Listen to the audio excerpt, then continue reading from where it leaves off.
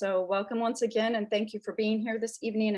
My name is George Marie. I'm the program manager for writing at Centrum, and I run the Port Townsend Writers Conference each July.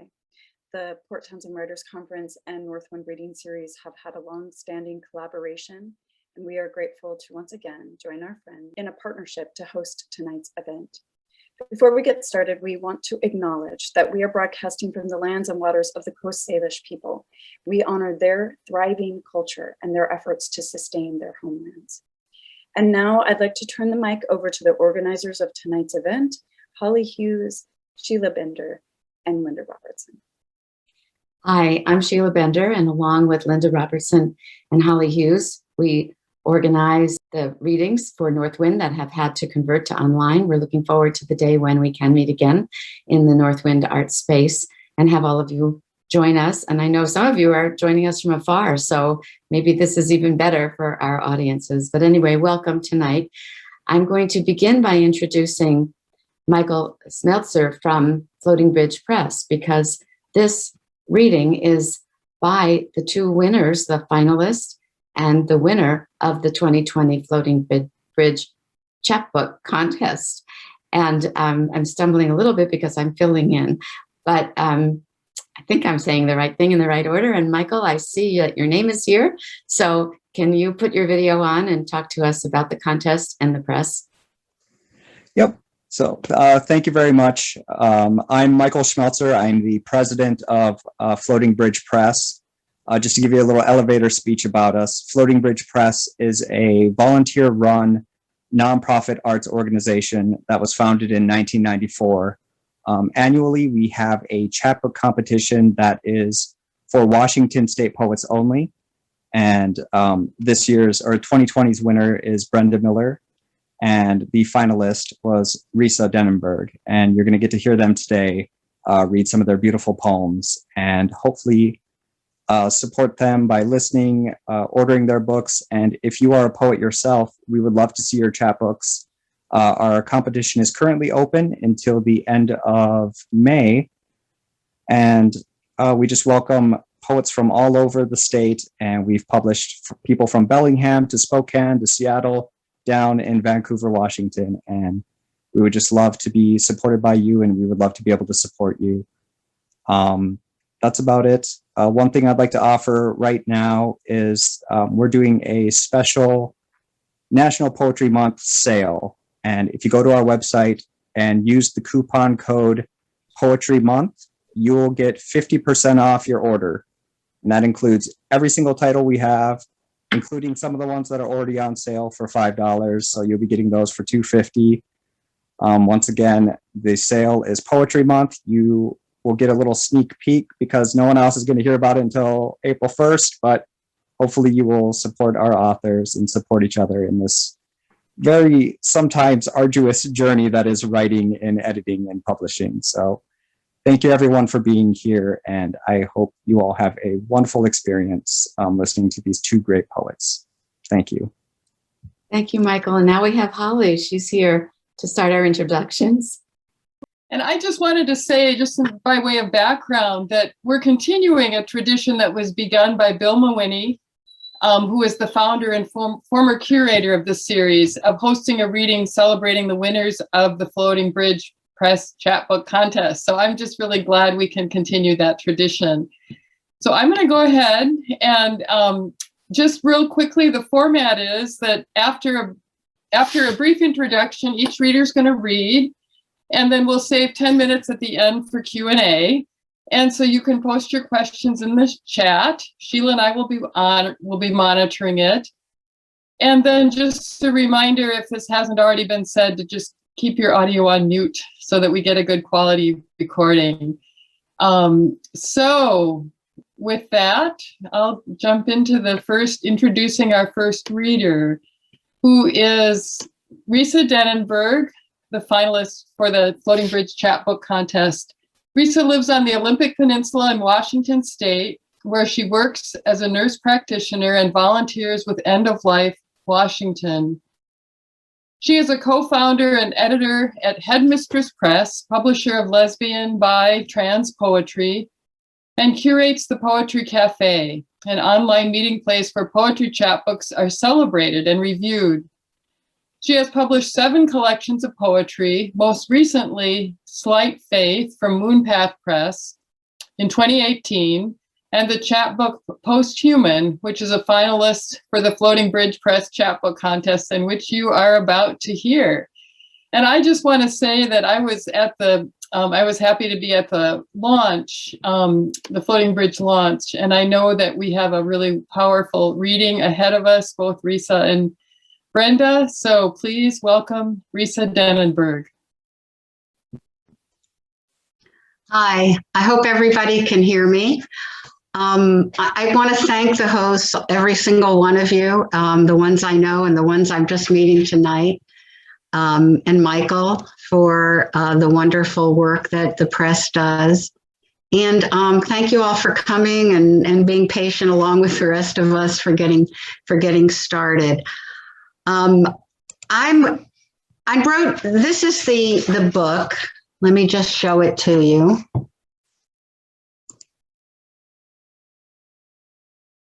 I don't know if you can see it. It's called Posthuman. I wrote these poems during April of 2019, so 2 years ago, during National Poetry Month, when for the last many years I've written a poem a day with a group of poets, as many of you probably do as well. And I have found that the act of writing, along with others, often produces some amazing poems. These poems were written early in the day. I was working an early shift, and so therefore they had to be short. And to start the day, I used the last line of the preceding poem, and it just turned out that they were all 14 lines, and unwittingly I had comprised a sonnet cycle. So that was kind of an exciting find. The poems are about my feelings about the earth and in our moment, the climate crises, the economics of hate. I know that my voice is in sync with voices as old as writing. So I'll be reading some entries from the chapbook and then a few newer poems.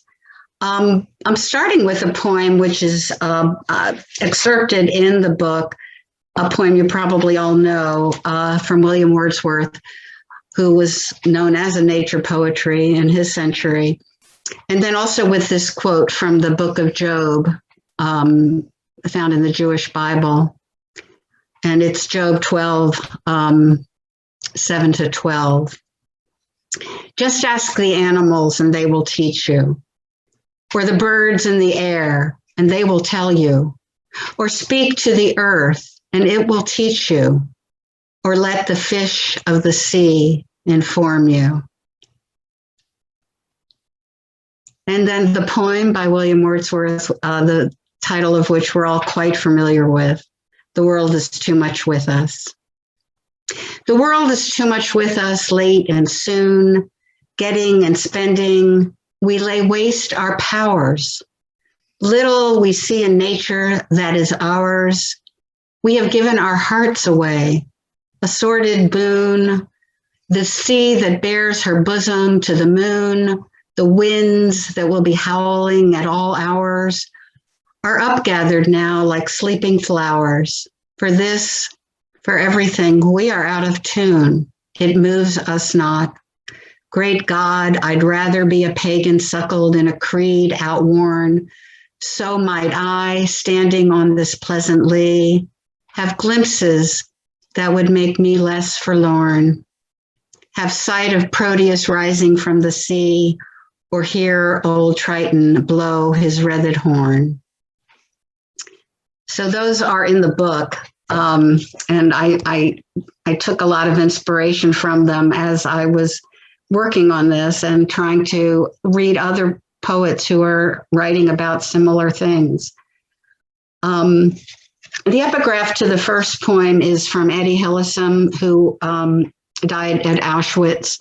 She left us a lot of writings. She left us a diary right up to the last day of her life, some wonderful work. And she was also an inspiration for me.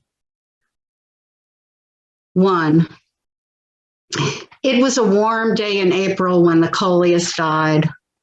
On the porch, the The spider plant bowed its swards in supplication, scorched by nearby fires. Parched, the wandering Jew wandered no more. Drought defiant, the jade and snake plants endured spring, then died in summer's swelter. The house of wood quit its joists in stages of rot, and lost kin of wolves, a long-eared mutt died inside after lapping the last scraps from his bowl with a mane of dejection. In the yard, flies laid eggs in decaying remains.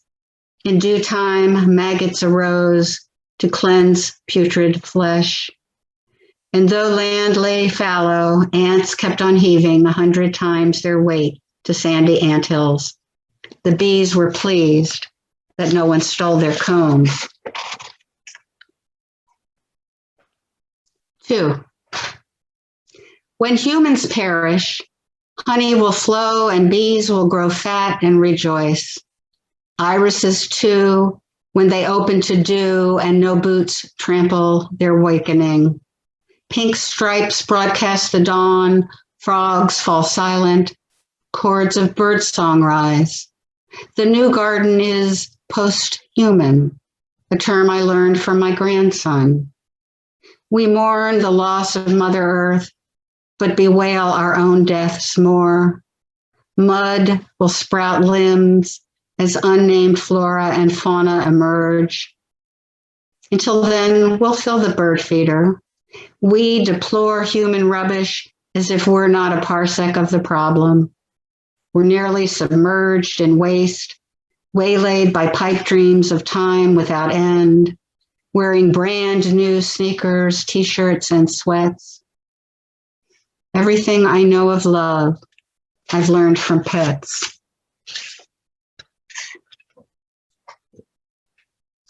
4. My last lover's face regarded me with eyes I couldn't translate. Pity? Had I lied or said something wrong? Was this love, that item I'd ditched on a shelf so long ago? I didn't stay to discover in her what I had failed to find in myself. When Jezebel died, needle in paw, I met solitude with gratitude, to never again race home to feed a cat or heed a lover's need. The earth, too, longs to be left alone, impatient for our extinction. She thinks herself an introvert.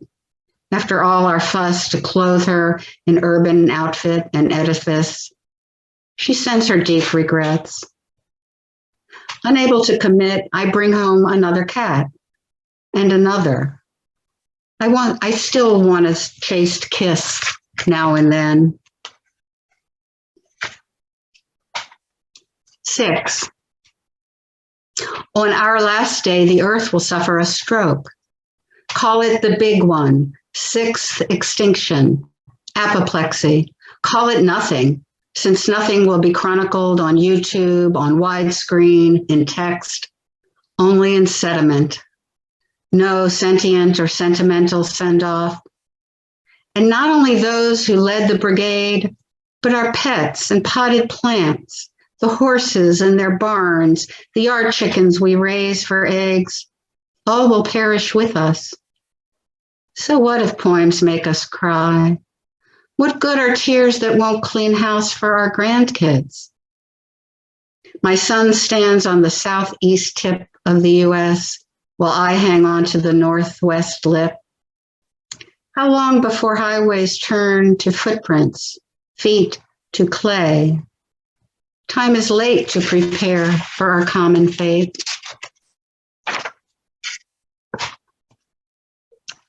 7. We know we're unprepared for what's in store. We won't be going home again. What was home anyway? Wonder Bread and log cabin syrup? Pabst Blue Ribbon and Twinkies? Or was it where we learned the birthday balloons we released did not go to heaven? They killed turtles. We buried pets in the backyard and fled across continents. Too late, I saw it was I who colonized, condoned slavery, flattened Hiroshima. Our bodies contain sewage, double lattes, oncogenes. We angst about the planet and fill our homes with shit. We plug the oceans with plastic and expect lunch at noon, milk and animal crackers at bedtime. Truth time.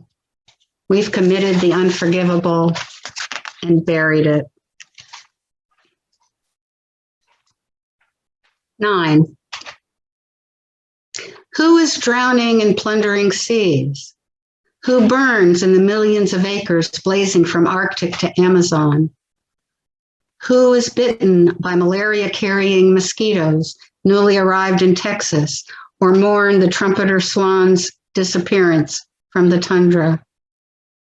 In the end, our departure came without warning, Eddie Hillesum wrote. We've been warned. Before her murder at Auschwitz, she said, I don't think I would feel happy if I were exempted from what so many others have to suffer. Of course, I'm unhappy too. Eddie rebukes me. A hard day, a very hard day. We must learn to shoulder our common fate. So that's some of the sonnets in here. I hope it interests you enough to want to read more. I'm going to go ahead and read a few new poems. I chose some brand new poems because I think they really fit into the theme. I seem to be not able to stop writing about the future and the past and how they have converged and how they make me worry and feel. The first one is it's an ekphrastic of a photograph, and it was written for the project that some of you may know of, known as Telephone, where thousands of artists around the world are responding to one another's art. Maybe some of you have also played the game. The poem is called Old Trees, Old Lovers. Keeping my distance, alone, but not lonely. I dream of things that are tree-like, immobile, linked to ancestors, far away. The future lurks in the beyond, near the brink of ruins, seen but unseen. I've chosen my position. I've not taken off my watch yet. There's still time. I love what is gnarly, what is braided, what is on the other side, in the same manner that I love these old boots. Trees have feet, you know, toes that plow fields, soles that warm the savanna, old limbs that fall gracefully and nourish the soil. I'm still waiting. There's this glimmer of hope over there. We're no longer just a couple of old trees. There are flocks of us, separated by loam, joined by roots. We bend, we twist, we endure. So there are two more that I'm going to read.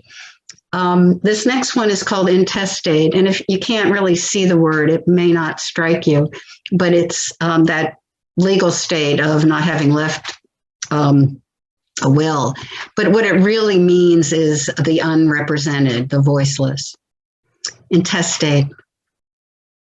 Start with the cracked teapot or the wool blanket, the never-worn wedding dress with its ruffles. There is too much, is what. Possessions strain like spilt wine. Possessions stain like spilt wine. Objects long rid of stench, smell of lilies. These are things kept and then forgotten. In bottomless drawers, bobbins, a thong. All of this, grounds of a life, cross-stitched towels unfolded, stacks of photo frames broken, sand in an hourglass. All of this. Is only the past a problem that is never now?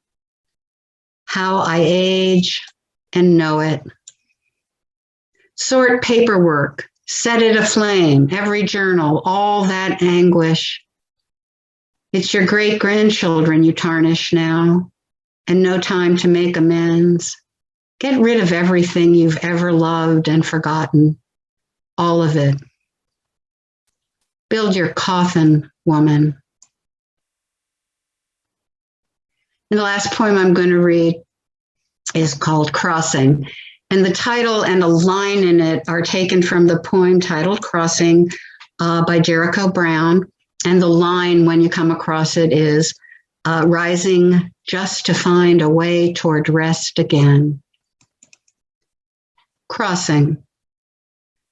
The doe slept on my lawn again this morning, having shooed her spotted twins to glean their own pastures. I made breakfast for no one. The mail did not arrive. No words of comfort were heard. Change rustles the page for a moment, its promise, rising just to find a way towards rest again. I've waited at the station too long this time. There are no crosses, only crossings. Having shooed all the featherless from the nest. Someday I will mow this rowdy yard, coax my neighbors to speak to me again. Something will matter enough. I'll cross over. Lord, I didn't know I would cry when I saw you. I thought all that sadness had passed. We should not say past when what we mean is dead. Thank you. Thank you, Risa. Very, very beautiful and very sobering. Thank you. The work of poetry. I'd like to introduce our next reader, Brenda Miller. She is the author of 5 essay collections, including An Earlier Life, which received the Washington State Book Award for Memoir. Her poetry chapbook, The Daughters of Elderly Women, received the 2020 Floating Bridge Press Chapbook Award. She co-authored with Suzanne Paola, Tell It Slant, Creating, Refining, and Publishing Creative Nonfiction, and, along with our own Holly J. Hughes, The Pen and the Bell, Mindful Writing in a Busy World. Brenda's work has received 6 Pushcart Prizes. She lives in Bellingham and is a professor of English at Western Washington University and associate faculty with the Rainier Writing Workshop. Her website is www.brendamillerwriter.com. Welcome, Brenda. Thank you. Thank you, Sheila. Thank you, everyone. Those were beautiful poems, Risa. Thank you. I love the image of the earth as an introvert that we're dressing up. Thank you. So my chapbook, The Daughters of Elderly Women, most of these poems were written in Sheila Bender's living room. I was doing on my own little self-styled retreat while Sheila was traveling, and I would wake up just about every morning with that phrase in my mind, The Daughters of Elderly Women. And so these poems just kept coming with the same title. So I'm just going to read from the chapbook, kind of a random selection.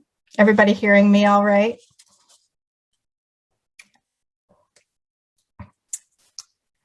The daughters of elderly women see one another in waiting rooms because they're always waiting for something.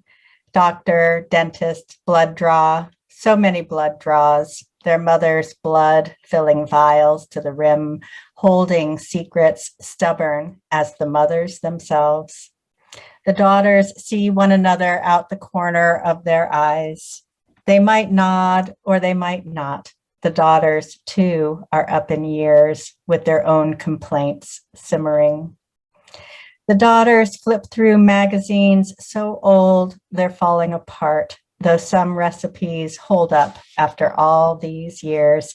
Sweet potatoes with cumin and cinnamon, halibut in coconut cream.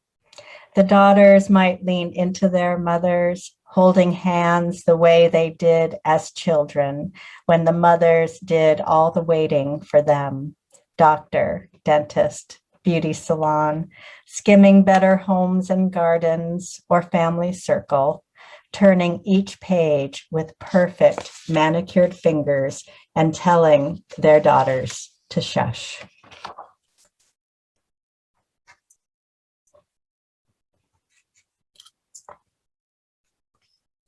The daughters of elderly women write notes on scraps, Post-its, scratching what needs to be remembered or what happened yesterday, sorting it all out for mothers whose minds have become smooth as Teflon. Nothing sticks. A conversation from an hour ago or the doctor's new instructions.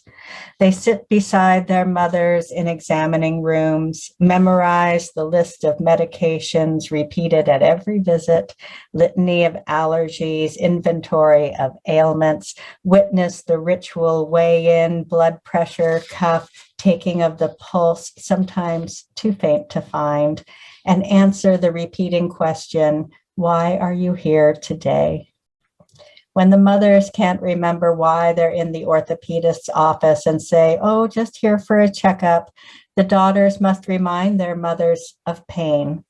They must say, remember, as gently as possible, and watch their mother's eyes search for any clue, teeth biting a lower lip as they call up a pain that kept them up at night 3 weeks ago, which might as well be another lifetime.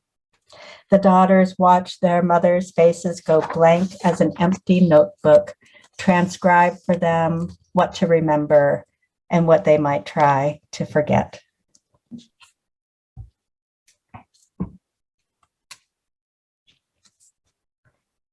Dust. So not all of the poems have the same title. There is a little bit of variety in the book. Dust. My mother's laid a trap for the cleaning crew. Will they dust or even notice the gray film gilding her nightstand? She lets it gather day after day, week after week, measures by millimeter this coating, a reminder of all that is wrong. They come every Monday to empty her trash, vacuum, scrub the toilet. They'd make her bed if she let them, but she says no, she'll do it. She's always done it. Pulled the covers just so, palmed the bedspread clear of wrinkles. It doesn't take much. She uses such little space, a tiny indentation, so unmoving, you have to watch her chest closely to make sure she's still alive. She rises every morning at 7 because she doesn't know how to reset the alarm. She slumps at the edge of the mattress, hand on her cane, stares at the dust that might still hold parts of my father, small cells, weightless, keeping her company now.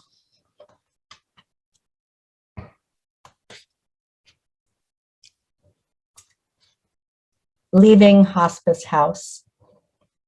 He leaves the same way he came in, through the front door, flat on a gurney, body now covered not with white sheets, but by an American flag. My mother and I hold hands and wait for the small creak of casters on carpet, gurney nudging into view, body still, but still vibrant, not fully departed. Day is done, gone the sun. A nurse stands by holding small temple bells. The first bell, she says, is for his birth, and it chimes too loud in the still air. The second for his life. We watch where his face should be, and the third is for his death. This simple accounting, 1, 2, 3, and the door opens and we're gone. The daughters of elderly women never knew how to be daughters. They tugged apart, let go of hands, moved away, called every 2 weeks or not at all, never really had anything to say. They rolled their eyes, got snotty on the phone. The mother's always saying something wrong, always buying the wrong food, fussing for no reason at all. The daughters hid behind books, magazines, computer screens, tried to be nice. Now they look up how to be a perfect daughter on WikiHow, which knows everything. How to cheer up your mother, how to make your mother happy, all listed in easy to follow, step-by-step directions.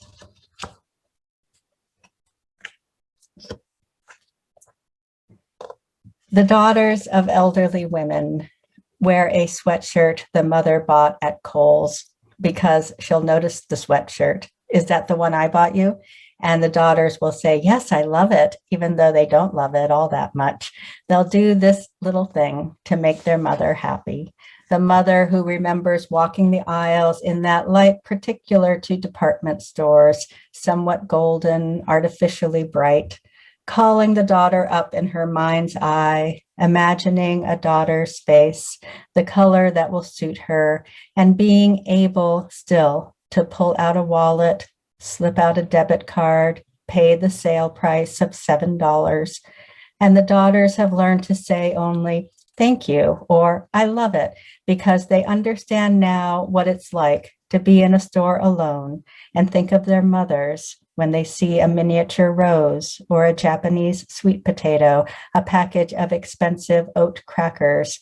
And they know it's about that moment of being together when apart, when mother and daughter exist as they did, perhaps in the life before this life, when they saw each other clearly through veil of muscle and blood and bone.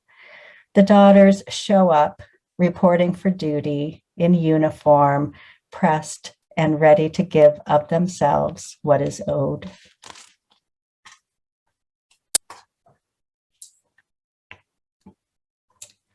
This next one's in the form of a pantoum, which is a repeating form, so you'll hear this pattern throughout.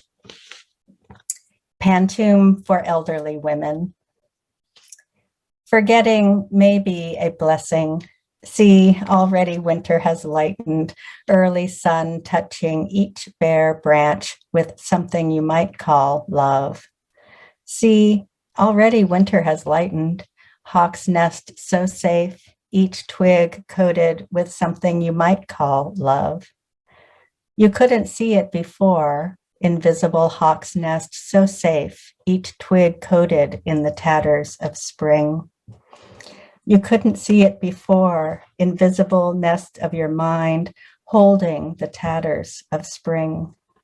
You can now funnel the sky, nest of your mind, holding hollow eggs so easily broken. You can now funnel the sky, forgetting may be a blessing, hollow eggs so easily broken, early sun touching each bare branch.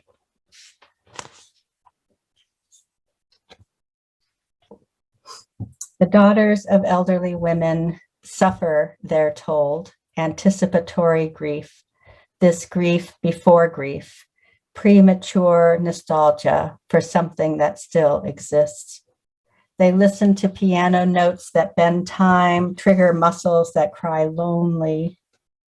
The daughters have only just learned to be daughters, every day a practice session of patience. They want their mothers to always be their mothers, no matter what form mother takes.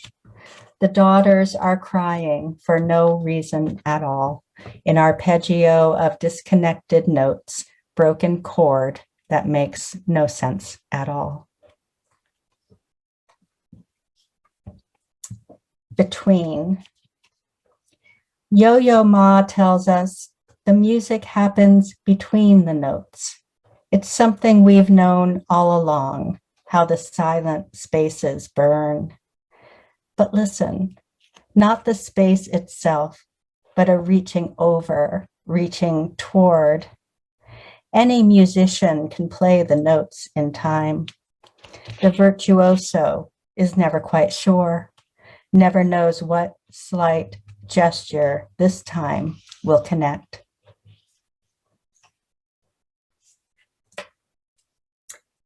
The daughters of elderly women think they know what's best, say the word should, much too much, say the word why, purse their lips, say, you might want to try, learn how best to slip an arm under a mother's elbow and walk that way, as if it were the most natural thing in the world.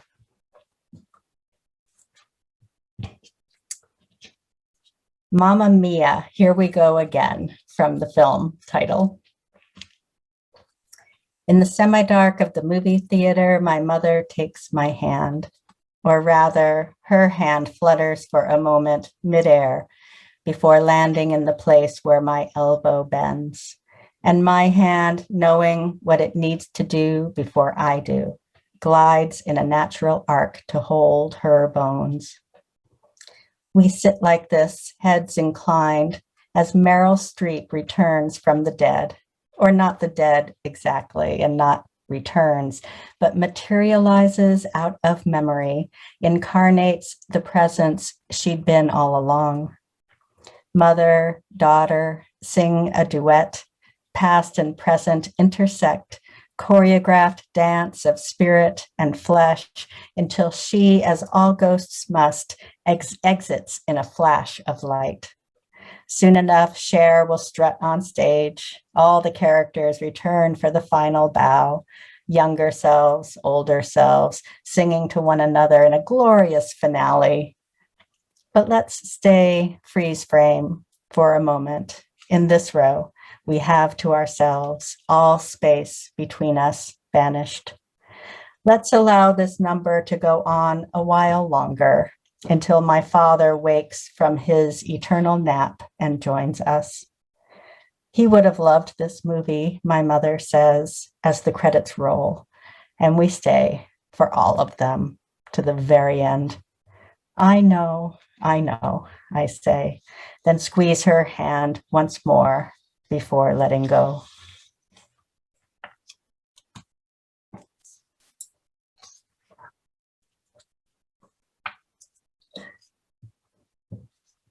The daughters of elderly women. I'm smiling because I just did this one. The daughters of elderly women become tech support on call 24/7 for whatever evils might befall a PC. The daughters are Mac people for good reason, but the mothers use computers their husbands bought decades ago, behemoths that take 5 minutes to wake up, hard drives worrying to remember what's in them. The husbands are gone now, leaving dusty keyboards and ancient passwords, files marked finances or home for homes long gone. The mother receives 127 emails a day, refuse to unsubscribe, say it's fun to read the junk mail, gives them something to do, but each message could carry a virus that shuts down everything. The daughters try not to sigh too loudly, balance on rickety chairs, squint at smudged monitors, say, I don't know what I'm doing, and then do it anyway.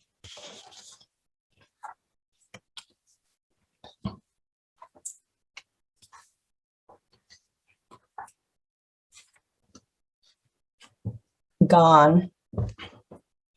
We thought it was a fawn at first, and then a fox or a mutant blend of both. But it looked too gray and thin, cowered as it ran between the graves.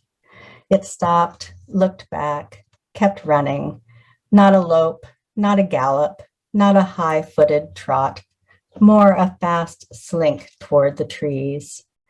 Would it have attacked the dogs? My mother asked more than once as we crept forward in the car, hoping for one more glimpse. We'd been walking the dogs off leash after visiting my father's grave, had placed stones among the mosaic already left behind. 1 year gone, and I wanted to feel something more than the vast indifference of death. But dry grass reflected nothing, and the earth refused to stir. That animal could have been a coyote, could have been anything, signified nothing more than a wild creature lost among the dead. Perhaps the trickster, the one who fooled his neighbors countless times. I drive my mother so slowly along this narrow road, our dogs safe in the back seat. Would it have attacked? She asks again, craning for one more look. And I'll end with the last poem in the book, which is titled How It Ends. Never as you expect, not with a whimper or a bang, never with proclamations, broken ribbons at the finish line, never with a stopwatch clicked or a countdown from 10, never in the darkest hour or at the exact break of dawn. At Hospice House, it happens between breaths, becomes no words, never the end. Thank you. Thank you, Brenda. Thank you. I don't know if you've been reading the chat box, probably not. Both of you poets, there's amazingly beautiful comments. So I hope you'll get a chance to look at that. Holly, this is our Q&A. And how are we handling that?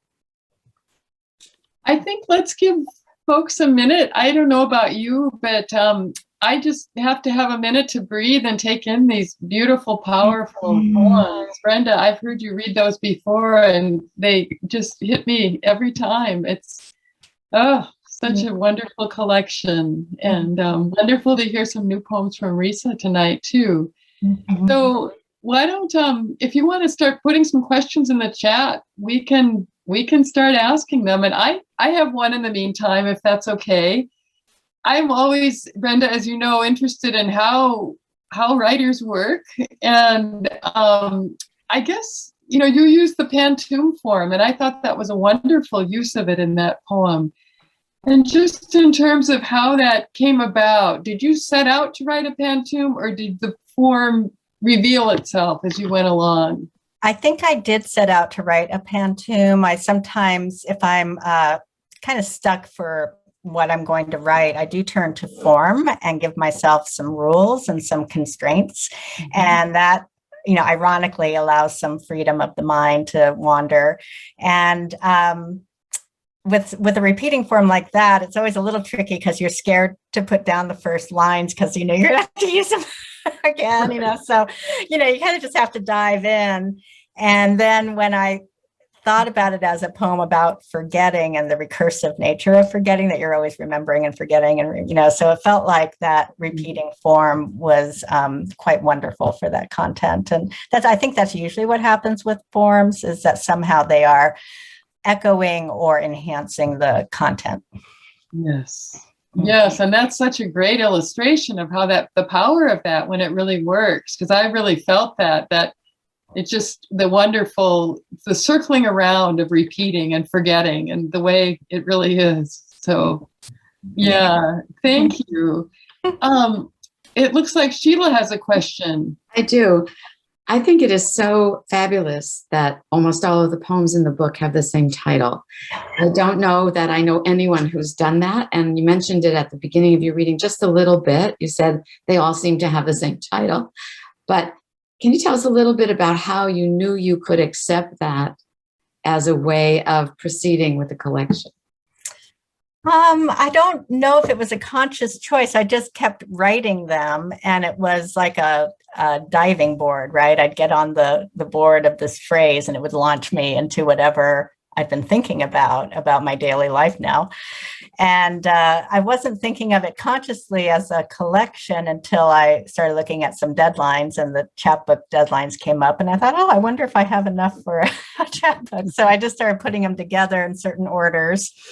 And it never seemed right to change any of the titles. Like, the titles were essential to the poems themselves. So it just kind of happened that way. And then I had a few others that echoed the content of those. So altogether, they formed a chapbook length manuscript.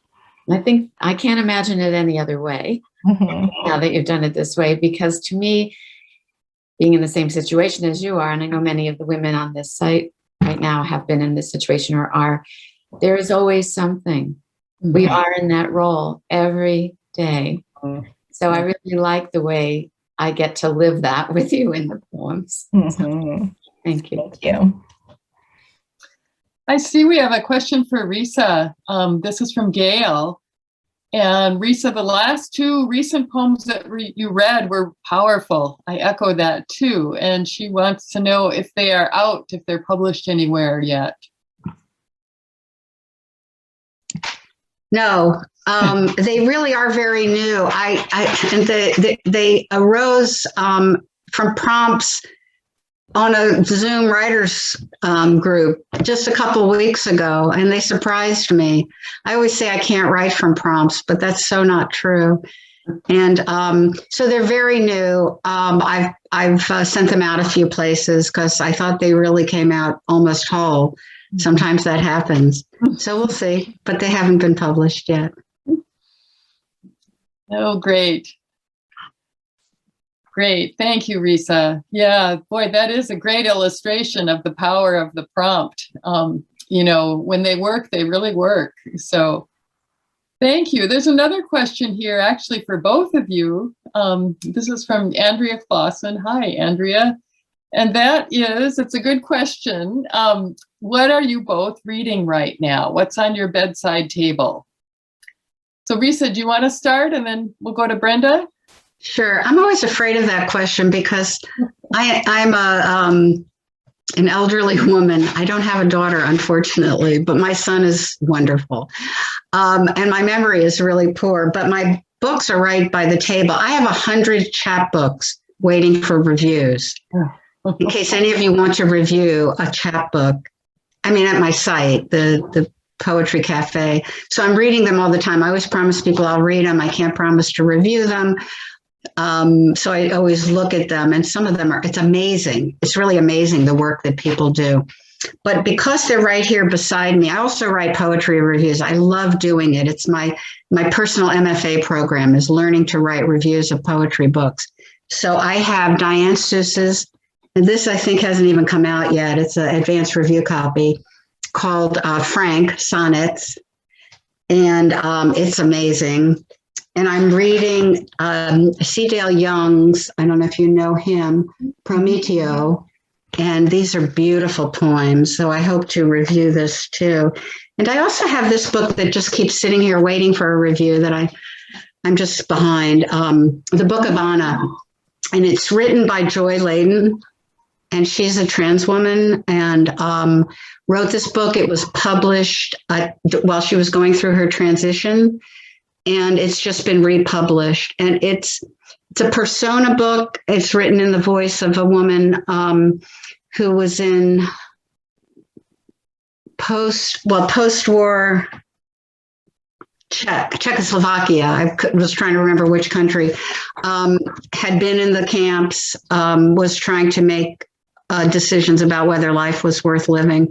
And they're interspersed with diary or journal entries and then poems that are amazing. I mean, this is a beautiful book, and I'm hoping to get a review of it out there somewhere. So that's what I'm reading right now. Yeah, I always draw a blank at that question too. It's so funny.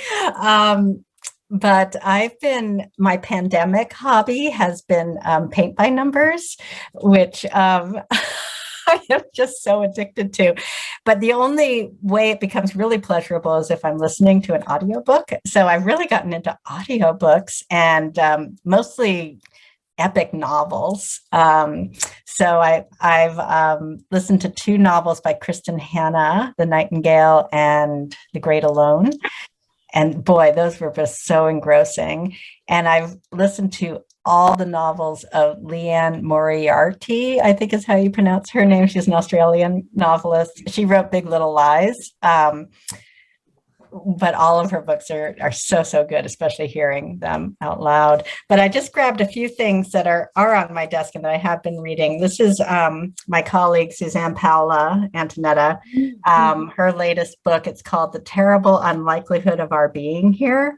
And it's just an amazing, it's all told in very short vignettes, combining kind of a memoir of her grandmother, who was a spiritualist, and their summer home in New Jersey that was destroyed by Hurricane Sandy, and then all these philosophers, and yeah, it's just a wide-ranging kind of book-length lyric essay.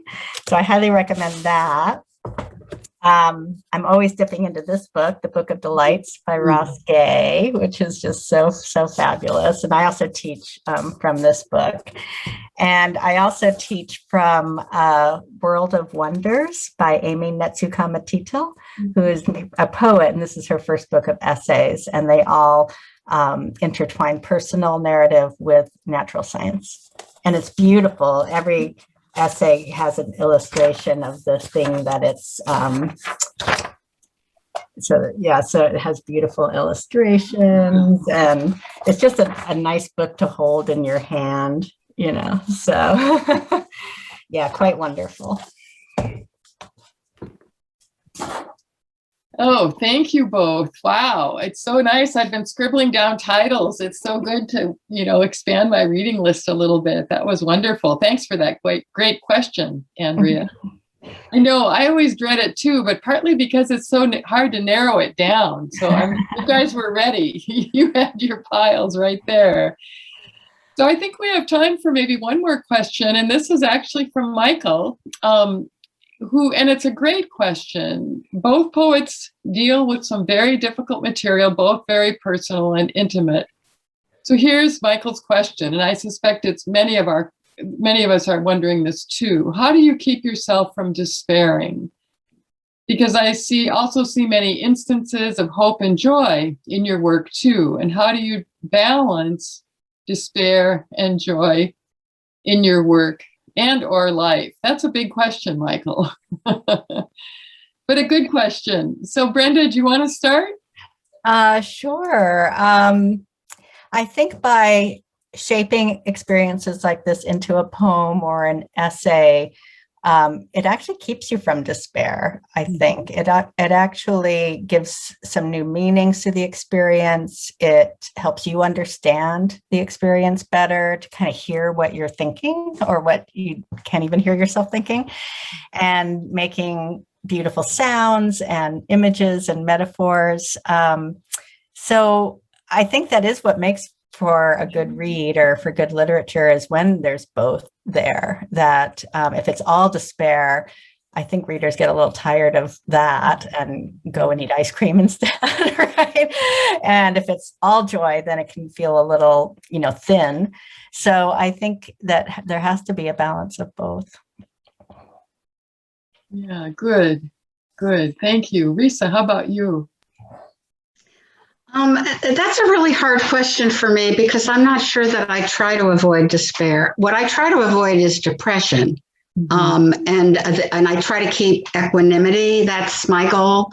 And that's mostly because of the work I've done all my life. I spent many years working in an AIDS clinic. I've worked with drug addicts. We're now dealing a pandemic, which is bringing people into the clinic. And I think I get joy. It's a hard question. I get joy from my grandchildren. I have plenty of things that bring joy in my life, but I'll stick to the idea that I don't try to avoid despair, because it's all around me. It's what life is made up of, at least in part, for every one of us. And I just try to be equal to it without being overwhelmed by it. And that's all I'm going to say about that. And that's good. Thank you, Risa. I love the way you each sort of took a different aspect of it to talk about. And it's something we could talk about for a long time. But I think it's probably, and Michael just said thank you. And I think we all want to thank you for this really rich evening. I'm going to turn it over to Sheila to do the formal closing, but I just want to say what a powerful reading, and thanks to everybody for being here. And despite our little bit of a rocky start, I think we were all just utterly transported by your beautiful and moving words. Sheila. All right. Well, I want to say one way to get over despair, maybe the only way, is love. And poetry is love. And I felt a lot of that love in the room. So everything we name, everything we mourn is love. So I want to thank you and just add that to the conversation. So again, thank you to the readers, Brenda and Risa, to George and Centrum for co-sponsoring with us, to Michael at Floating Bridge Press, keeping things happening there for poets in the contests and publications. It's been said that you can support poets by buying their books, and Michael has generously told us about the offer of half-price books, and it's in the chat room. And if anyone forgets, you can just email any of us and we'll tell you again how to do it. Poetry Month, I think the P and the M are capitalized, and is the code for the discount. And we'll be posting a recording of the reading as soon as we're able to get the recording, and we have various places to put it. One place is on our Northwind Reading Series Facebook page, which you might want to check. And there's also a place on the northwindart.org website and Facebook page. So we are really excited to announce that next month's Northwind Series reading will be in honor of National Poetry Month and Earth Day, and fittingly on Earth Day, April 22nd, from 7 to 8:30. We're inviting several poets to share nature-related poems, followed by a brief discussion of nature poetry. And among the presenters are Rob Lewis, who will be joining us from Bellingham, and Ann Spears from Vashon Island. There will be more added to the lineup, and there'll be a Q&A for the attendees after. Since you've registered for this reading, my understanding is that you will be on the mailing list for future readings. And if you know people who would like to be on our mailing list, or that you think should be on our mailing list, please tell them to email us at nwindreaders@gmail.com. So again, thank you all very, very much. Bye-bye.